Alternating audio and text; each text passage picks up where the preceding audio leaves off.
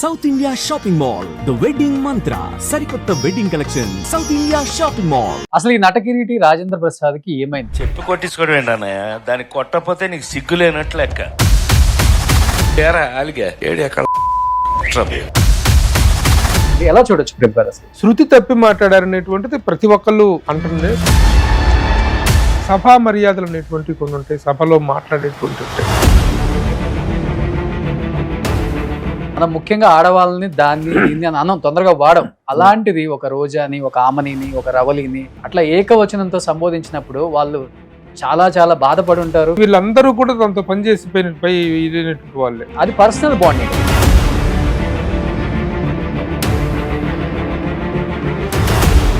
మన కడుపులోకి వెళ్ళే ఆహారం మన ఆరోగ్యాన్ని డిసైడ్ చేస్తే, మన నోట్లోంచి బయటకు వచ్చే మాట మన క్యారెక్టర్ని డిసైడ్ చేస్తుంది. Exact. Hi hello, welcome to Suman TV. నేను మీ రోషన్. అసలు ఈ నటకిరీటి రాజేంద్ర ప్రసాద్కి ఏమైంది? నిన్నటి నుంచి చూస్తుంటే ప్రతి ఒక్క మీడియా ఛానల్లో కూడా ఇదే చర్చ అనమాట. ఎందుకంటే ఒకప్పుడు ఎంతో హుందాగా మాట్లాడే రాజేంద్ర ప్రసాద్ గారు ఒక్కసారిగా పబ్లిక్లోకి వచ్చినప్పుడు, మైక్ పట్టుకున్నప్పుడు నోరు అదుపు తప్పి మాట్లాడాల్సి వస్తుందా, లేకపోతే ఇంటెన్షన్గా మాట్లాడాల్సి వస్తుందా అనేది కూడా ఎవరికి అర్థం కావట్లేదు అనమాట. మీరు చూసుకుంటే లాస్ట్ టైం డేవిడ్ వార్నర్ టైంలో కూడా ఏం మాట అన్నారో అందరికీ తెలిసిందే. నెటిజన్స్ అందరూ కూడా ఆయన తిట్టని వాళ్ళు లేరు ఆ టైంలో బ్యాడ్ కామెంట్స్తో. అట్ ది సేమ్ టైం తర్వాత మళ్ళీ నిన్న ఎస్వి కృష్ణారెడ్డి గారి పుట్టినరోజు వేడుకలో అలీ గారిని వాడకూడని పదజాలంతో ఒక మాట అన్నారు. అట్ ది సేమ్ టైం రోజా గారిని, అక్కడికి వచ్చిన రవలి గారిని అండ్ శ్రీకాంత్ గారిని కావచ్చు, అండ్ మిగతా ఆర్టిస్టులని, ఎస్పెషల్లీ మురళీమోహన్ గారిని, అంత పెద్ద సీనియర్ ఆర్టిస్టు, ఆయన్ని కూడా ఒక మాట అనాల్సి వచ్చింది. అంటే ఎందుకు అనాల్సి వస్తుంది అంటే అది ఫ్లోలో వచ్చేస్తుందా, లేకపోతే కావాలని మైక్ ముందు నేను ఇది అని చెప్పుకోవడానికి, నా గురించి అనుకోవటానికి, అంటే ఆ విధంగా మాట్లాడాల్సి వస్తుందా? ఇదే అంశం మీద మాట్లాడటానికి మనతో పాటు సిద్ధంగా ఉన్నారు సీనియర్ జర్నలిస్ట్. అండ్ ఎందుకంటే నిన్న ఆ షోకి ఎస్పెషల్లీ వ్యాఖ్యాతగా ఆయనే అక్కడంతా కూడా దగ్గరుండి చూసుకున్నారు ప్రభు గారు. అసలు అక్కడ జరిగింది ఏంటో ఆయన మాటలను తెలుసుకుందాం. ఆయన మాటల్లో తెలుసుకునే ముందు ఒకసారి నిన్న ఏం జరిగిందో కూడా ఒకసారి చూద్దాం. సో ప్రభు గారు, ఫస్ట్ మాట్లాడే ముందు ఒకసారి క్లియర్గా ఈ మధ్య రాజేంద్ర ప్రసాద్ గారు ఎక్కడైతే నోరు జారారో వాటికి సంబంధించిన క్లిప్పింగ్స్ కూడా కొన్ని ఉన్నాయి. ఒకసారి మీరు చూసిన తర్వాత మీరు ఏమనుకున్నారు, ఎందుకు అసలు అలా మాట్లాడాల్సి వచ్చింది, అక్కడ జరిగిన సంభాషణ అసలు ఏ విధంగా ఉందో మీ మాటలో ఒకసారి చెప్పాల్సి వస్తుంది. ప్లీజ్ ఒకసారి సుబ్బు. ఈ డేవిడ్ వార్నర్ క్రికెట్ ఆడవయానంటే ఆట్లాడు దొంగ మామూలుడు కాదండి.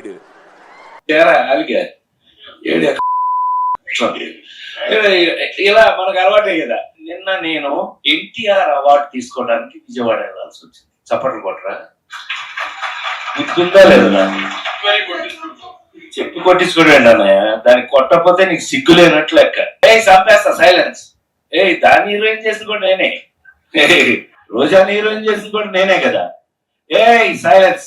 ఆమెనే ఏంటి ప్రభు గారు, అంటే స్టేజ్ మీదకి వచ్చినప్పుడు కూడా రవలి గారిని కూడా బాడీ షేమింగ్ ఒక వాడాడు అక్కడ. చిన్న బండ్ర ఏదో గుండ్రాయిలాగా అన్నారు. అట్ ది సేమ్ టైం మిమ్మల్ని కూడా ఏరా నీ డ్యూటీ నేను చేయాల్సి వస్తుంది, నువ్వు జర్నలిస్ట్ వారా నక్సలైట్ వారా అని మిమ్మల్ని కూడా మీ మీద కూడా పడ్డాయి విన్నాను నేను.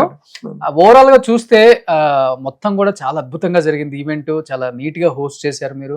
వచ్చిన ప్రతి గెస్ట్ కూడా ఎస్వి కృష్ణారెడ్డి గారి మీద ఉన్న ప్రేమ, ఆయన సినిమాల మీద ఉన్న ప్రేమని చాలా బాగా ఓపెన్ అయి మాట్లాడారు. ఎస్పెషల్లీ బండ్ల గణేష్ గారు చాలా అద్భుతంగా స్పీచ్ మాట్లాడారు. రెండు కాళ్ళకి జోడించి ఆయన కిందకి సాష్టాంగ నమస్కారం చేసిన రీతిలో, అంటే ఆయన తీరు చూస్తే మనందరికి చాలా హ్యాట్సప్ అనిపించింది. అంటే చిన్న స్థాయి నుంచి వచ్చి ఆ స్థాయిలో ఉన్న బండ్ల గణేష్ గారు కూడా ఈరోజు అన్నం తింటున్నాం అంటే అన్నం మెతుకుల మీద ఎస్వి కృష్ణారెడ్డి అనే పేరు ఉంటుంది. అండ్ ఆలీ సినిమా తీసేటప్పుడు కూడా ఈడు ఒక హీరో, వాడు ఒక డైరెక్టర్ అని కామెంట్స్ విన్న రోజుల్లో, అంటే మనం అందరం ఎలా వచ్చామో డెఫినెట్ గా ఉంటుంది, ఫ్రెండ్షిప్ ఉంటుంది డెఫినెట్ గా, అరే అందరం అనుకుంటాం. కానీ కొన్ని కోట్ల మంది వాళ్ళ స్పీచ్లు వింటున్నప్పుడు ఎంత పెద్ద హీరో అయినా కానీ అది మర్చిపోయి అక్కడున్న హుందాతనం ప్రవర్తించడం అనేది ఇండస్ట్రీలో జరుగుతున్న ఒక మంచి సంస్కారం అని చెప్పుకోవచ్చు. అది పూర్తిగా ఈ మధ్య బ్రేక్ అయిపోయింది. ఇలాంటి ఒక పెద్ద హీరో మాట్లాడుతుంటే అది వినే వాళ్ళకి కూడా చాలా ఎబ్బెట్టిగా ఉంది. ఎలా చూడొచ్చు ప్రేమ్ గారు? అసలు ఎలా చూడొచ్చు ఏముంది, చూస్తూనే ఉన్నాం మీడియా అంతా ఎలా రియాక్ట్ అయిందో. Very unfortunate, very unfortunate. Okay, నేను అక్కడే ఉన్నాను, కార్యక్రమ నిర్వహణ అంతా నేనే చేస్తున్నాను. అయితే ఈయన విజయవాడ నుంచి రావటం, అంతకుముందు కార్యక్రమం అంతా చాలా సవాబుగా చాలా సరదాగా సాగిపోయింది. అందరూ చాలా అద్భుతంగా మాట్లాడారు. ఎందుకంటే ఎస్వి కృష్ణారెడ్డి గారు, అచ్చిరెడ్డి గారు అనేటువంటి ఒక స్నేహద్వయం వాళ్ళు సాధించినటువంటి విజయాలు కానీ, వాళ్ళ యొక్క జర్నీ కానీ ఒక అద్భుతమైన జర్నీ. ఈ వచ్చిన వాళ్ళందరూ కూడా గుండె నిండుగా ప్రేమాభిమానాలతో వచ్చిన వాళ్ళు తప్ప ఏదో మొక్కుబడి కోసం వచ్చిన వాళ్ళు ఒక్కళ్ళు కూడా లేరు. అవును, అంతమంది హీరోయిన్ ఈ మధ్య కాలంలో అలాంటి ఒక గ్యాదరింగ్ మళ్ళీ మనం చూడలేం. అంతమంది హీరోలు, అంతమంది హీరోయిన్లు, ఆర్టిస్టులు, అలాంటి ఒక అద్భుతమైన గ్యాదరింగ్, అద్భుతమైన అకేషన్ అది. సరే లేట్గా వచ్చారైనా మనం వేదిక మీదకి నేను తన గురించి అద్భుతంగా నటకిరీటి రాజేంద్ర ప్రసాద్ అంటే తనకు ఒక అద్భుతమైన ఇంట్రో ఇచ్చి వేదిక మీదకి పిలుస్తాను కదా హోస్ట్గా. అది కూడా పిలవక ముందే తనే డయాస్ మీదకి వచ్చేసారు, మాట్లాడారు, చేశారు. తర్వాత మళ్ళీ మాట్లాడేటప్పుడు మళ్ళీ ఒకసారి పిలవాల్సి వచ్చింది. అప్పుడు పిలిచాను మళ్ళీ. పిలిచినప్పుడు ఆ ముందు అనుకుంటాను ఇక ఇలా మైక్ తీసుకొని మాట్లాడటం జరిగింది. కొంచెం శృతి తప్పి మాట్లాడారనేటువంటిది ప్రతి ఒక్కళ్ళు అంటుంది. ప్రతి ఒక్కళ్ళు కూడాను ముఖ్యంగా ఆలీ గారిని ఆ విధంగా మాట్లాడటం ఒకటి. తర్వాత మురళీమోహన్ గారిని అసలు అందరూ బిత్తరపోయారు, షాక్ అయిపోయారు. బుద్ధి ఉండాలి నీకు అని చెప్పేసి మురళీమోహన్ గారు లాంటి పెద్ద మనిషిని పట్టుకుని ఆ మాట అంటే వాళ్ళకున్న చనువు ఏంటో, వాళ్ళకు ఉన్నటువంటి ర్యాప్ ఏంటో పబ్లిక్లో అంత తెలియదు కదా. పబ్లిక్లో ఆయన ఒక సీనియర్ యాక్టరు, మీరు ఒక యాక్టరు, అందరం ఒక జర్నీలో ఉన్నటువంటి వాళ్ళు. కానీ సభా మర్యాదలు అనేటువంటివి కొన్ని ఉంటాయి, సభలో మాట్లాడేటువంటి ఉంటాయి, మాట్లాడకూడనివి ఉంటాయి. మరి ఎందుకు అలా కొంచెం ఇంబ్యాలెన్స్ తప్పారనేటువంటిది మాత్రం ఇప్పుడు మనమైతే సమర్థించడానికి ప్రయత్నించినా సరే జరుగుతున్నటువంటి ఇది కదా. ఆలీ కూడాను ఒక స్టేట్మెంట్ ఇవ్వడం జరిగింది దీని మీద. అన్నయ్య ఏదో ఇదిలో ఉన్నాడు, ఆయన రాజేంద్ర ప్రసాద్ గారు వచ్చే సీనియర్ యాక్టర్, గొప్ప యాక్టర్.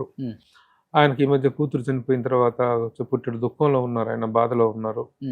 కాబట్టి దీన్ని పెద్దగా విషయం చేయొద్దు అని చెప్పి మీడియాని తను రిక్వెస్ట్ చేస్తూ ఒక వీడియో ఒకటి వచ్చింది. ఆ వీడియో కూడా మీరు ప్లే చేయండి. అవును. సో అది జరిగింది.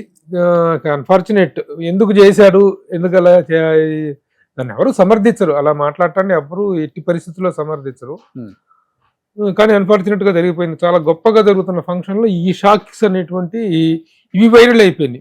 ఆ ఫంక్షన్ కంటే కూడాను ఫంక్షన్ ఎంత అద్భుతంగా జరిగిందో దానికంటే ఎక్కువగా ఈ వైరల్ అయిపోవటం, ఈయన మాట్లాడిన మాటలు, ఈ తిట్లు ఇవన్నీ వైరల్ అవ్వటం అనేటువంటిది అన్ఫార్చునేట్. ఓకే, నిన్న ఇది జరిగిన తర్వాత ఆయన స్పీచ్ తర్వాత ఆల్మోస్ట్ ఇంకా అక్కడ ఒక 1 or 2 hours స్పెండ్ చేశారు కాబట్టి అక్కడ ఉన్న ఆర్టిస్టులు అసలు ఈ ఫంక్షన్ కి ఎందుకు పిలిచారా, ఎందుకు వచ్చామా, ఈయన వస్తున్నారంటే మేము వచ్చేవాళ్ళం కాదు, ఇలాంటివి మాట్లాడిన ఆర్టిస్టులు కూడా ఉన్నారు.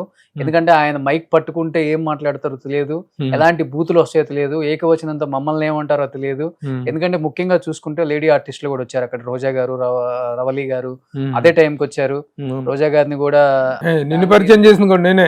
మనం ముఖ్యంగా ఆడవాళ్ళని దీన్ని అన్నం తొందరగా వాడం, ఎంత చనువు ఉన్నా గానీ వాడం. అలాంటిది ఒక రోజాని, ఒక ఆమనిని, ఒక రవలిని అట్లా ఏకవచనంతో సంబోధించినప్పుడు వాళ్ళు చాలా చాలా బాధపడి ఉంటారు, ఫీల్ అయ్యి ఉంటారు. ఏకవచనంతో సంబోధించడంలో ఏం పర్వాలేదు. వాళ్ళు ఆయన ముందు సీనియర్ యాక్టర్ ఆయన. ఎందుకంటే వీళ్ళందరూ కూడా తనతో పనిచేసిపోయినటువంటి వాళ్ళే, ఇంట్రడ్యూస్ అయిన వాళ్ళు. అది పర్సనల్ బాండ్, అంటే పర్సనల్ బాట్లు. కాబట్టి సభలో రోజా సరదాగా మాట్లాడటం వేరే, దీన్ని ఇంట్రడ్యూస్ చేసినేనే, దాన్ని ఇంట్రడ్యూస్ చేసినేనే, అది ఇది అని మాట్లాడినటువంటి పదజాలం అనేటువంటిది సభా మర్యాద కాదు. చూసే వాళ్ళకు కూడా వాళ్ళ పట్ల ఒక సదభిప్రాయం ఉండేటువంటి అవకాశం లేదు. ఆయన ఎంతగా వాళ్ళ ద్వారా పరిచయం అయినప్పటికీ, ఆయన ప్రోత్సాహంతో పరిచయం అయినప్పటికీ కూడాను it's not right, it's not acceptable. దాన్ని అయితే దీన్ని కొంతమంది మీడియా వాళ్ళు దీన్ని ఎక్కిటివ్ తీసుకెళ్తున్నారు. దీన్ని ఒక ఇష్యూస్ గా చేస్తున్నారు, దీన్ని ఒక మైనారిటీ ఇష్యూ చేస్తున్నారు. ఆలీ ఎంత హుందాగా, ఎంత సంస్కారవంతంగా, ఎంత సింపుల్ గా ఒకటే మాట చెప్పాడు. ఆయన పెద్ద ఆయన ఏదో నోరు తూలాడు, నోరు జారాడు, దయచేసి దీన్ని పెద్ద ఇష్యూ చేయొద్దు అని చెప్పి తను చెప్పడంతో ఇష్యూ సమసిపోయినట్టుగానే మనం కూడా తీసుకున్నాం. ఓకే, అంటే బండ్ల గణేష్ గారు కూడా మాట్లాడేటప్పుడు స్టేట్మెంట్ ఇచ్చారు. ఎస్వి కృష్ణారెడ్డి గారు అప్పటి నుంచి ఇప్పటి వరకు కూడా ఆయన ఇంట్రొడ్యూస్ చేసిన హీరోలు కావచ్చు, హీరోయిన్స్ కావచ్చు, పేరుతో పిలిచే అలవాటు కూడా లేదు, గారు అనే సంబోధిస్తారు. ఆయనతో పాటు వర్క్ చేసిన ఏ టెక్నీషియన్ అయినా కానీ ఫస్ట్ నేర్చుకునేది రెస్పెక్ట్ అనేది చాలా ఇంపార్టెంట్. అంత గౌరవం ఇచ్చే వ్యక్తి ఆయన అని చెప్పేసి క్లియర్ గా చెప్పారు. అలాంటి ఆయన సభలో, అలాంటి ఆయన బర్త్డే అంటే ఇంకో నెక్స్ట్ ఇయర్ బర్త్డే వచ్చే వరకు ఇది తీపి జ్ఞాపకం అనుకోవచ్చు, చేదు జ్ఞాపకం అనుకోవచ్చు, ఏదైనా అనుకోవచ్చు. ఒక గుర్తు అయితే ఉండిపోయే విధంగా, అంటే డైరెక్ట్ గా ఇప్పుడు అర్థమైపోతుంది కదా స్టేజ్ మీద వాళ్ళ మొక్క కవలికలు అర్థమైపోతుంది. స్టేజ్ కింద ఉన్న వాళ్ళు కావచ్చు, కొంతమంది ముఖాలు అలా మాడిపోయి అసలు చాలా అసహ్యంతో చూశారు. కొంతమంది ఏంటి ఇలా మాట్లాడుతున్నాడు, ఇలా ఇది అంటాడు. ముఖ్యంగా 2 షాకింగ్ స్టేట్మెంట్లు ఏంటంటే ఆలీని అన్నది ఒకటి, తర్వాత మురళీమోహన్ గారిని ఆయన సరదాగా ఏంటయ్యా అడిగి చప్పట్లు కొట్టించుకుంటున్నావు, ఎన్టీఆర్ అవార్డు మీరు తీసుకొచ్చారని చెప్పేసి అప్పుడు చెప్పారు. దానికి ఇమ్మీడియట్ గా రియాక్ట్ అయ్యి చప్పట్లు కొట్టాల్సిన తెలియదు.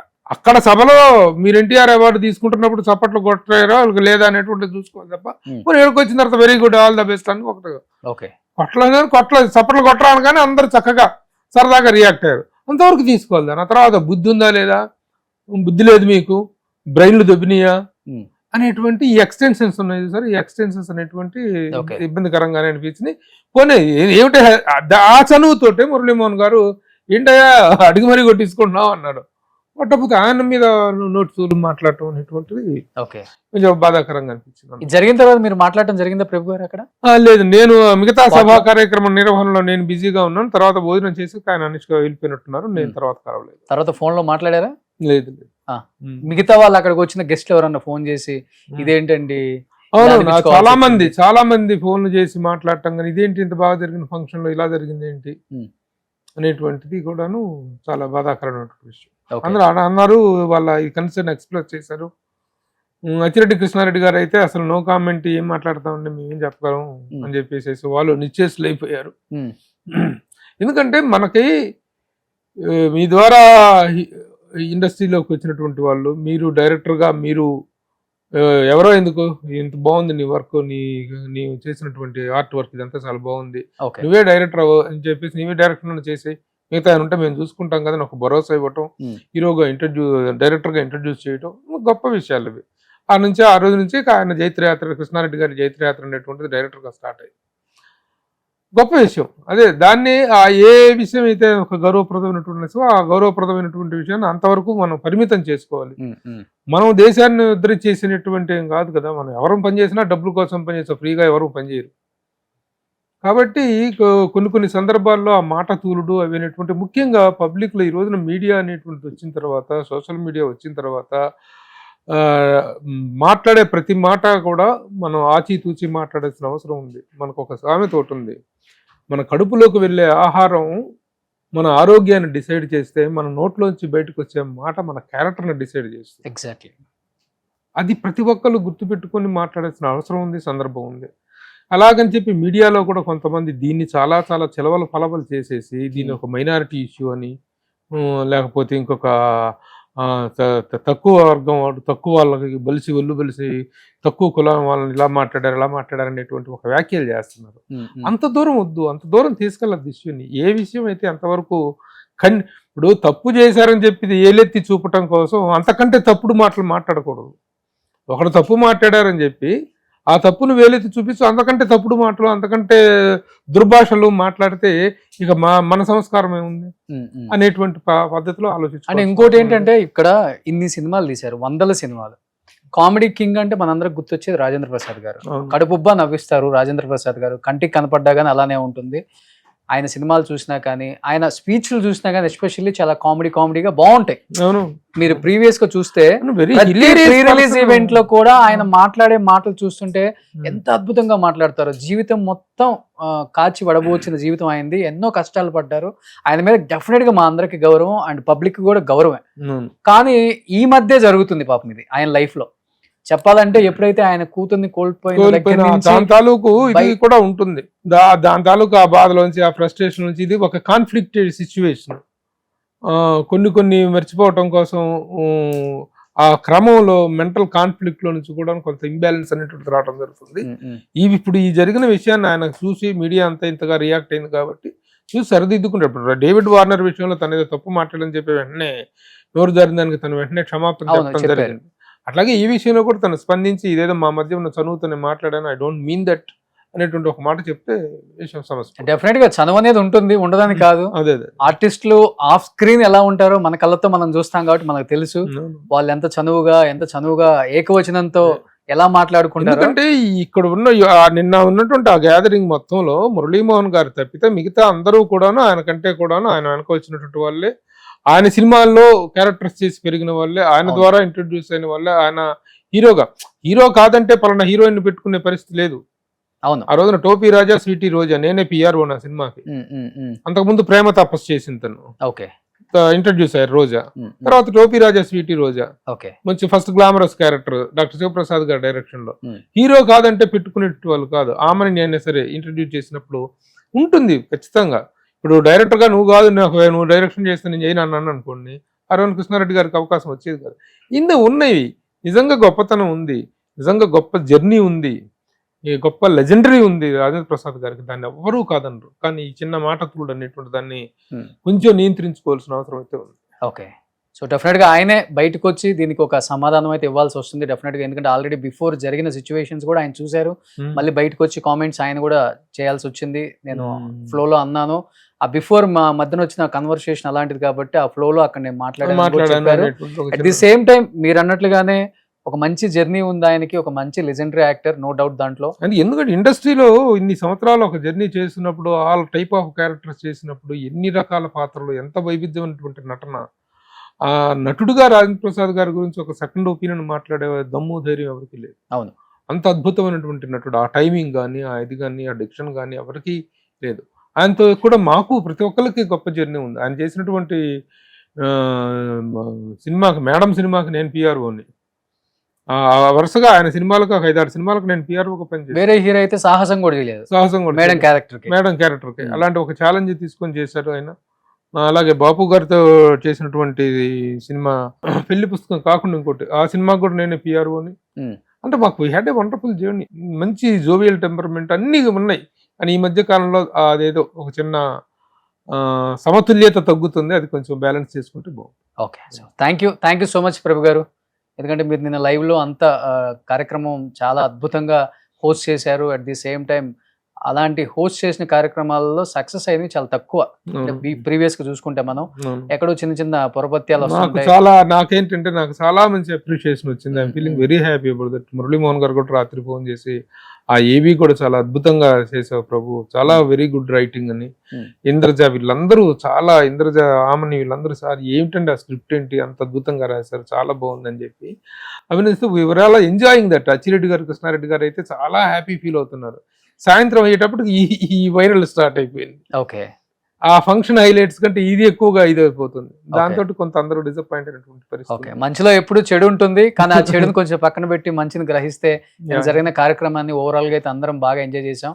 కృష్ణారెడ్డి గారిది ఎంత పెద్ద జర్నీయా, ఇంత మంచి సినిమాలు ఉన్నాయా, ఇంత ఇక్కడ కూడా మళ్ళీ మీ సమక్షంలో ఒక ప్రత్యేకమైన అంశాన్ని నేను ఇక్కడ లేవనెత్తి దాన్ని అందరి దృష్టికి తీసుకెళ్లాల్సిన అవసరం ఉంటుంది. ఏంటంటే మనం మిస్ అవుతున్నాం, అది ఒక తెలుగువాడుగా మనం మిస్ అయ్యేటువంటి ఒక ప్రధానమైనటువంటి అంశం ఏంటంటే ఎస్వి కృష్ణారెడ్డి గారు దర్శకుడుగానే కాకుండా సంగీత దర్శకుడిగా వరల్డ్ రికార్డుకి అర్హుడైనటువంటి వ్యక్తి. అంటే ఇన్ని సినిమాలు ఆయన చేసిన 42 సినిమాల్లో దాదాపు 38-39 సినిమాలకు సంగీత సారథ్యం ఆయన.